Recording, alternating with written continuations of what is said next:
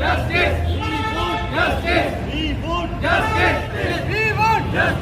चलेगी, नहीं चलेगी, नहीं चलेगी, नहीं चलेगी, नहीं चलेगी, नहीं चलेगी। We want justice। नहीं चलेगी, नहीं चलेगी, धोखाधड़ी नहीं चलेगी, नहीं चलेगी, नहीं चलेगी, धोखाधड़ी नहीं चलेगी। नहीं। We want Justice। We want justice. मेरा नाम रजत है। मैंने जेके PSI का एग्ज़ाम दिया था, ठीक है। पहले हमने एग्ज़ाम दिया था, पहले भी ये रिक्रूटमेंट जाएंगे इरेगुलरिटीज़ पाने के लिए जाएंगे, हाँ जी क्रैश कर दी गई। उस पर जाने की चार्जशीट होती है CBI की, एक इंक्वायरी बैठती है, इंक्वायरी कमेटी की रिपोर्ट भी आती है, बट उस पर जो स्कैमर्स होते हैं उनको फिर से लो कर दिया जाता है। ये कौन सा जाने की रूल है जिनकी वजह से जाने की ये सारा प्रोसेस जाने की रोका गया। अगर उनको ही डीबार नहीं किया गया तो हमें जाने की फिर एग्ज़ाम क्रैश ही क्यों किया गया जो हमने पहले एग्ज़ाम दिया था। अगर अभी जो एग्ज़ाम ले रहा है वो इन्होंने एक ब्लैक लिस्टेड कंपनी हायर कर ली। ब्लैक लिस्टेड कंपनी हायर करने के लिए हम जाने की कोर्ट में जाने की दरवाज़ा खटखटाते हैं, यानी कि ये ब्लैक लिस्टेड कंपनी है, इसे एग्ज़ाम ना लिए जाए हमारे।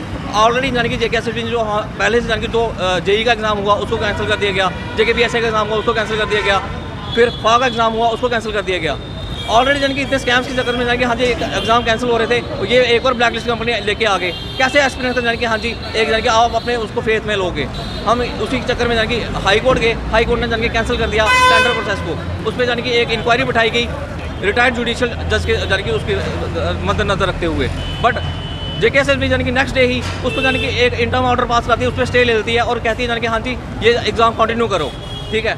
उसके बाद जाने कि इनकी आंसर की आनी थी 30 तारीख को, इनका खुद का नोटिस है JKSSB का, खुद का नोटिस है 28 तारीख को आंसर की नोटिस आता है 28 तारीख को, फिर 30 तारीख को आपके आंसर की अवेलेबल होगी। बट 10 मिनट के बाद ही वो जो आंसर की है वो सोशल मीडिया पे सर्कुलेट हो जाती है, उसका लिंक सर्कुलेट होना स्टार्ट होता है, आंसर की बच्चे डाउनलोड कर लेते हैं। वो आंसर की नहीं है, वो एक पेपर ही लीक हो गया है। हम ये कहते हैं जान कि जो भी है इस पर कार्रवाई होनी चाहिए और जान कि ट्रांसपेरेंट रिक्रूटमेंट जान कि फेयर मैनर में होना चाहिए। मोदी जी कहते थे जान कि 370 के बाद में यूथ के अच्छे दिन आएंगे, ये कोई अच्छे दिन आए हैं? ये तो हम और डार्क फेस में चले गए हैं। अच्छे दिन तो आए नहीं, हमारी रिक्रूटमेंट नहीं हो रही है, यूथ जान कि अनएम्प्लॉयड हो रहा है। कौन से अच्छे दिन है ये हमारे? हम यही पूछना चाहते हैं मोदी जी से, फिर हाँ जी आपने अच्छे दिन लाए हैं 370 तोड़ने के बाद में, या हमें और डार्क फेस में घुसा दिया गया है बस। मेरा नाम अतुल जम्वाल है, मैं कठुआ डिस्ट्रिक्ट से हूँ।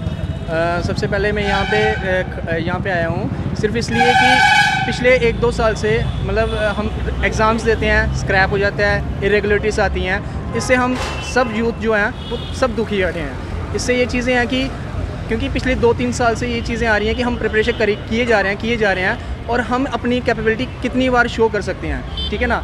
तो हर बार हम एग्ज़ाम में बैठते हैं, हम उसको क्रैक करते हैं, उसके बाद जाके फिर वो स्क्रैप हो जाता है, इरेगुलरिटीज़ आ जाती हैं। जैसे इस बार इरेगुलरिटीज़ आई कि आंसर की का आना ही उससे पहले ही लीक हो गई, तो उसकी वजह से हम यहाँ पे यूथ जो है वो थोड़ा सा पजल हो रहा है। तो उसके लिए हम सरकार से यही गुहार लगाते हैं कि इसके बारे में कुछ सोचो। अगर आपको कुछ भी एक्शंस लेने हैं तो उस चीज़ को लीजिए प्लीज़, क्योंकि इसकी वजह से हम क्या है ना, हम लोग जो है ना 4 साल से पिछले तैयारी कर रहे हैं, हमारी एज निकलती जा रही है और एज निकलने की वजह से ना हम अपने आप को और हमारी फैमिलीज इसमें ना सबकी फैमिलीज इसमें प्रेशर में आ जाती है। उसकी वजह से ना हम सब सोसाइटी में इतनी चीज़ें नहीं कर पाते हैं।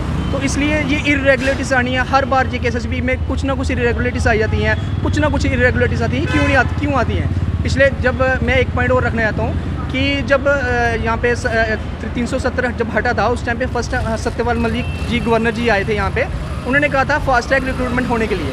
उसके बावजूद जो आज तक मेरे ख्याल से एक रिक्रूटमेंट हुई है जो बाकी पंचायत अकाउंट सिस्टम की जो सक्सेसफुल हुई है, उसके बाद आज तक कोई सक्सेसफुल रिक्रूटमेंट नहीं हुई है। तो ये चीज़ें क्यों नहीं हुई है? ये कहाँ गलतियाँ आ रही हैं? JKSSB में फॉल्ट है या उनके एम्प्लॉयमेंट में फॉल्ट है या हमारे फॉल्ट है? कुछ तो बताइए। अभी हाई कोर्ट्स में ये जजमेंट दे दिया कि पेपर कैंसिल होना चाहिए, अब उसके बाद भी पेपर लिया गया, उसके बाद भी चीज़ें किए गई हैं।